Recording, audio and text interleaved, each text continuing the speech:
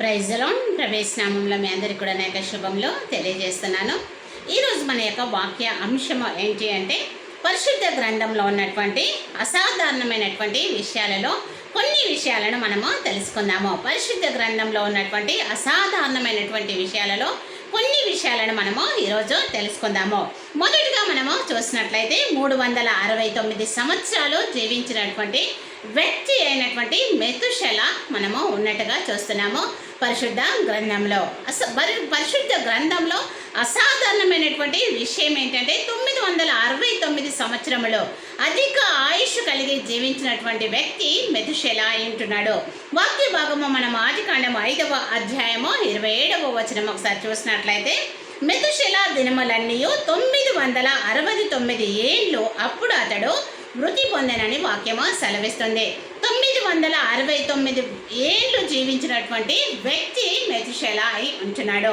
రెండవదిగా చూసినట్లయితే మనము రాయిని తలగడగా వాడినటువంటి యాకోబును మనము చూస్తాము పరిశుద్ధ గ్రంథంలో. ఆదికాండము 28వ అధ్యాయము 11వ వచనము. ఒక చోట చేరి ప్రొద్దు గుంకినందున అక్కడ ఆ రాత్రి నిలిచిపోయి ఆ చోటి రాళ్ళలో ఒకటి తీసుకొని తనకు తలగడగా చేసుకుని అక్కడ పండుకొనని దేవుని యొక్క వాక్యము సెలవిస్తుంది. ఇక్కడ రాయిని తలగడగా చేసుకున్నటువంటి యాకోబు ఎప్పుడైతే రాయిని తలగడగా చేసుకున్నాడో అతడు ఒక కల కన్నట్టుగా మనము చూస్తున్నాము. భూమి నుండి ఆకాశంపైకి ఒక నిచ్చెన వేయబడి ఆ యొక్క నిచ్చెన నుండి దేవదూతలు దిగుచూ వెక్కుచుండగా యెహోవా దేవుడు యాకోబుతో మాట్లాడినట్టుగా చూస్తున్నాము. నేను నీ యొక్క కుమారులకు ఈ యొక్క భూమిని స్వాస్థ్యంగా ఇస్తానని చెప్పినట్టుగా మనము చూస్తున్నాము. మూడవదిగా చూసినట్లయితే ఒక మనిషి చేతులు పైకెత్తడం ద్వారా యుద్ధంలో విజయము పొందినట్టుగా చూస్తున్నాము. నిర్గమకాండము 17వ అధ్యాయము 11వ వచనము. మోషే తన చెయ్యి పైకెత్తినప్పుడు ఇశ్రాయేలీయులు గెలిచిరి. మోషే తన చెయ్యి దించినప్పుడు అమాలేకీయులు గెలిచిరి అని దేవుని యొక్క వాక్యము సెలవిస్తుంది. ఇశ్రాయేలీయులకు అమాలేకులకు యుద్ధము జరిగినప్పుడు మోషే ఎప్పుడైతే తన చేతులు పైకెత్తాడో అప్పుడు వారికి విజయం వచ్చింది. చేతులు ఎప్పుడైతే మోషే దించి ఉన్నాడో అప్పుడు అమాలేకీయులకు విజయం వచ్చినట్టుగా ఎప్పుడైతే ఇశ్రాయేలు చూసి ఉన్నారో అప్పుడు ఒక రాయి పైన మోషేను కూర్చోబెట్టి తన చేతులకు భారము కాకుండా అహరోను హోరులు ఇద్దరు కూడా చెరొక పక్కన ఉండి ఇక మోషే యొక్క చేతులు ఎత్తి పట్టుకోవడము ద్వారా అమాలేకీయుల పైన ఇశ్రాయేలీలు విజయము పొందినట్టుగా మనము చూస్తున్నాము. నాలుగవదిగా చూసినట్లయితే గాడిద మనిషితో మాట్లాడడం అనేది చూస్తున్నాము. సంఖ్యాకాండము 22వ అధ్యాయము 28వ వచనము.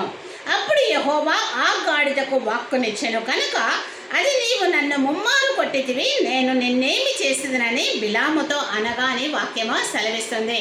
ఇశ్రాయేలు యొక్క ప్రజలను శపించుటకు బాలాకు బిలామును పిలిచినప్పుడు ఇక్కడ బిలామును అడ్డగించినట్టుగా చూస్తున్నాము దేవదూత, ఖడ్గము ధరించినటువంటి దేవదూత. ఇది గమనించినటువంటి గాడిద ముమ్మారు ఇక బిలామును తప్పించినప్పుడు ముమ్మారు కూడా ఇక బిలాము ఆ గాడిదను కొట్టినప్పుడు దేవుడు గాడిదకు వాక్కునిచ్చినట్టుగా మనము చూస్తున్నాము. గాడిద మాట్లాడుతుంది, నన్నెందుకు ముమ్మారు కొట్టితివి అని. అప్పుడు బిలాము యొక్క కళ్ళు తెరవబడి దేవదూతను చూసినట్టుగా మనము చూస్తున్నాము. ఐదవదిగా చూసినట్లయితే ఒక దినమంతా సూర్యుడు నిలిచిపోవడము అక్కడ మనము చూస్తున్నాము. యెహోషువ గ్రంథము 10వ అధ్యాయము 13వ వచనము. సూర్యుడు ఆకాశ మధ్యమున నిలిచి ఇంచుమించు ఒక నాడెల్లా అస్తమింప త్వరపడలేదు అని వాక్యము సెలవిస్తుంది. ఇక్కడ సూర్యుడు గిబియోనులో నిలవాలని, చంద్రుడు అయ్యాలోను లోయలో నిలవాలని యెహోషువ ప్రార్థించినప్పుడు సూర్యుడు ఒక రోజంతా కూడా అక్కడ అస్తమించకుండా ఉన్నట్టుగా మనము చూస్తున్నాము. అమోరీయులకు ఇశ్రాయేలులకు యుద్ధము జరిగినప్పుడు యెహోషువ ప్రార్థించగా దేవుడు అతని ప్రార్థన విని అమోరీయుల పైన విజయాన్ని ఇశ్రాయేలులకు ఇచ్చినట్టుగా మనము చూస్తున్నాము. ఆరోజుగా చూసినట్లయితే కుక్క వలె నీళ్లు గతికిన మనుషులను మనం ఇక్కడ చూస్తున్నాము. న్యాయాధిపతుల గ్రంథము 7వ అధ్యాయము 5వ వచనము. అతడు నీళ్ల యొద్దకు ఆ జనులను దిగచేసినప్పుడు యెహోవా కుక్క గతుకున్నట్లు తన నాలుకతో నీళ్లను గతికిన ప్రతి వాణిని త్రాగుటకు మోకాలుని కృంగిన ప్రతి వాణిని వేరువేరుగా ఉంచుమని గిద్యోనుతో సెలవిచ్చినట్టుగా మనము చూస్తున్నాము. గతికినటువంటి 300 మనుషులతో ఇక్కడ మిథ్యానీయులను ఇజ్రాయిల్ చేతికి అప్పగించినట్టుగా చూస్తున్నాము. ఎవరైతే కుక్క వలె గతికి ఉన్నారో అలాంటి 300 మందిని సపరేట్ చేసి దేవుడు మిద్యానీయులను ఇజ్రాయేలీలకు అప్పగించినట్టుగా మనము చూస్తున్నాము. మిద్యానీయుల పైన ఇజ్రాయేలీలకు విజయాన్ని ఇచ్చినట్టుగా చూస్తున్నాము. పరిశుద్ధ గ్రంథంలో అసాధారణమైనటువంటి విషయాల గురించి మనము తెలుసుకుంటున్నాము. 7వదిగా చూసినట్లయితే 12 చేతి వేళ్ళు, అదేవిధంగా 12 కాలి వేళ్ళు కలిగినటువంటి వ్యక్తిని మనము చూస్తాము. 2వ సమూయేలు గ్రంథము 21వ అధ్యాయము 20వ వచనము. ఇంకొక యుద్ధము గాదు దగ్గర జరిగెను. అక్కడ మంచి ఎత్తరి ఒకడుండెను. ఒక్కొక్క చేతికి 6 వేళ్ళను, 24 వేళ్ళు అతనికి ఉండెను అని దేవుని యొక్క వాక్యము సెలవిస్తుంది. ఇక్కడ గాదు యందు యుద్ధము జరిగినప్పుడు దావీదు సహోదరుడైనటువంటి షిమ్యాకు పుట్టినటువంటి యోనాతాను ఈ వ్యక్తిని చంపినట్టుగా మనము చూస్తున్నాము. ఇక్కడ గాదునందు యుద్ధము జరిగినప్పుడు ఈ వ్యక్తిని చంపివేసినట్టుగా చూస్తున్నాము. 8వదిగా చూసినట్లయితే సొంత బిడ్డను వండుకొని తిన్నటువంటి స్త్రీలను మనము చూస్తున్నాము. 2వ రాజుల గ్రంథము 6వ అధ్యాయము 29వ వచనము. మేము నా బిడ్డను వంట చేసుకొని తింటేమే, అయితే మరునాటి యందు నేను దాన్ని చూచి నేటి ఆహారము నాకు నీ బిడ్డను ఇమ్మని అడిగితేనే, కానీ అది తన బిడ్డను దాచిపెట్టనని చెప్పాను. ఇక్కడ సొంత తల్లులే వారి యొక్క బిడ్డను చంపుకొని తిన్నట్టుగా మనము చూస్తున్నాము. నర మాంసము తిన్నటువంటి వ్యక్తులు ఆనాటి కాలంలోనే ఉన్నట్టుగా మనం ఇక్కడ చూస్తున్నాము. షోమ్రోన్లో గొప్ప క్షామము కలిగినప్పుడు ఈ యొక్క తల్లులు ఒక బిడ్డను చంపుకొని తిన్నట్టుగా మనము చూస్తున్నాము. 9వదిగా చూసినట్లయితే 88 మంది పిల్లలు కలిగినటువంటి తండ్రిని మనము పరిశుద్ధ గ్రంథంలో చూద్దాము.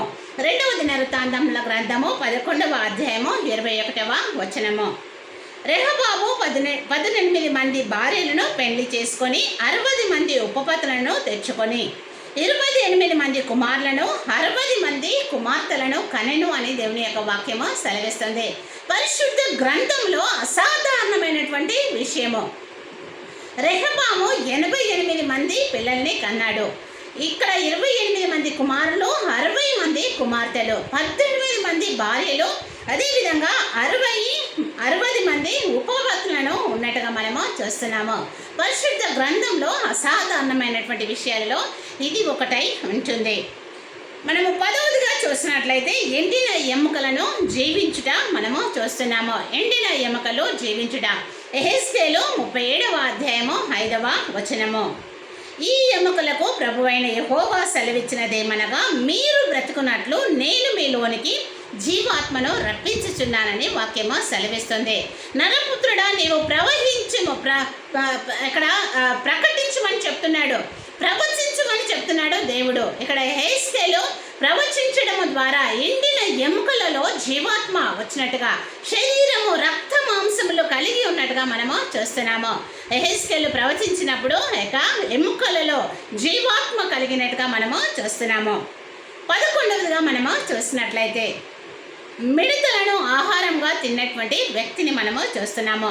మత్తయి సువార్త 3వ అధ్యాయము 4వ వచనము. ఈ యోహాను ఒంటె రోమముల వస్త్రమును మొల్ల చుట్టూ తోలు దట్టి ధరించుకున్నవాడు. మిడతలను అడవి తేనెయు అతనికి ఆహారం అని వాక్యము సెలవిస్తుంది. బాప్తిసం ఇచ్చే యోహాను యొక్క ఆహారము ఏంటి అంటే కేవలము మిడతలు, అదేవిధంగా అడవి తేనె అయి ఉంటుంది. ఈ 2 మాత్రమే తిని బాప్తిసం ఇచ్చే యోహాను జీవించినట్టుగా మనము చూస్తున్నాము. పరిశుద్ధ గ్రంథంలో అసాధారణమైనటువంటి ఒక విషయము. అదేవిధంగా ప్రార్థించినప్పుడు 15 ఏళ్ళు ఆయుష్ పొందుకున్నటువంటి వ్యక్తిని మనము చూస్తున్నాము, హిజ్కియాను. యెషయా 38వ అధ్యాయము 5-6 వచనాలు మనము చూసినట్లయితే, నీవు కన్నీళ్లు విడిచట చూచితిని, నీ ప్రార్థన నేను అంగీకరించి ఉన్నాను, ఇంకా 15 సంవత్సరములు ఆయుష్ను నీకు ఇచ్చేదనని దేవుని యొక్క వాక్యము సెలవిస్తుంది. హిజ్కియాకు మరణకరమైనటువంటి రోగము సంభవించినప్పుడు అతడు కన్నీళ్లు విడిచుచూ ప్రార్థించినప్పుడు దేవుడు అతని యొక్క ప్రార్థన విని అతనికి 15 సంవత్సరంలో ఆయుష్ను ఇచ్చినట్టుగా మనము చూస్తున్నాము. 13వదిగా చూస్తున్నట్లయితే మనము చేప గర్భంలో యోన 3 రోజులు సజీవంగా ఉన్నట్టుగా మనము చూస్తున్నాము. యోన గ్రంథము 1వ అధ్యాయము 17వ వచనము. గొప్ప మత్స్యము ఒకటి యోనాను మృంగవలనని యెహోవా నియమించి ఉండగా యోనా 3 దినములు ఆ మత్స్యము యొక్క కడుపులో ఉండెను అని వాక్యము సెలవిస్తుంది.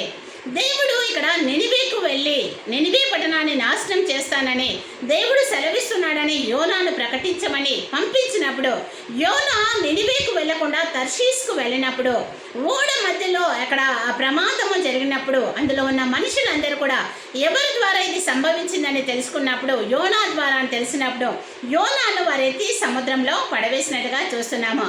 అయితే దేవుడు యొక్క మత్స్యమునకు అప్పగించినట్టుగా చూస్తున్నాము. చేప మింగినట్టుగా మనము చూస్తున్నాము.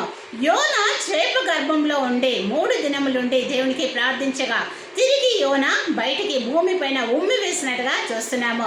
పరిశుద్ధ గ్రంథంలో జరిగినటువంటి అసాధారణ విషయంలో ఒకటే ఉంటుంది.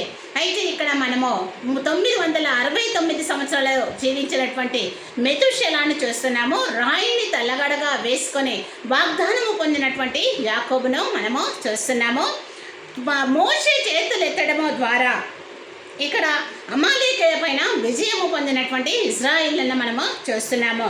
గాడిద మాట్లాడడం ద్వారా బిలాము యొక్క కన్నులు తెరవబడినట్టుగా మనము చూస్తున్నాము. ఒక దినమంతా సూర్యుడిని నిలిపివేయడము ద్వారా ఇక్కడ అమోరీల పైన విజయాన్ని పొందుకున్నట్టుగా మనము చూస్తున్నాము.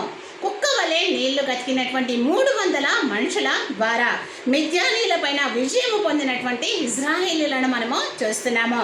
12 చేతి వేళ్ళు 12 కాళ్ళు వేళ్ళు కలిగినటువంటి వ్యక్తిని యోనాతాను ఇక్కడ చంపినట్టుగా మనము చూస్తున్నాము. షోమ్రోన్లో క్షామము కలిగినందువలన సొంత బిడ్డలనే చంపుకొని తిన్నట్టుగా మనము చూస్తున్నాము. అదేవిధంగా 88 మంది పిల్లలు కలిగినటువంటి ఒక తండ్రిని కూడా మనం ఇక్కడ చూస్తున్నాము. ఎండిన ఎముకలలో జీవాత్మను అనుగ్రహించినటువంటి దేవుణ్ణి మనం ఇక్కడ చూస్తున్నాము. మిడతలు కేవలము అడవి తేనె మాత్రమే ఆహారంగా తిన్నటువంటి యోహానును మనం ఇక్కడ చూస్తున్నాము.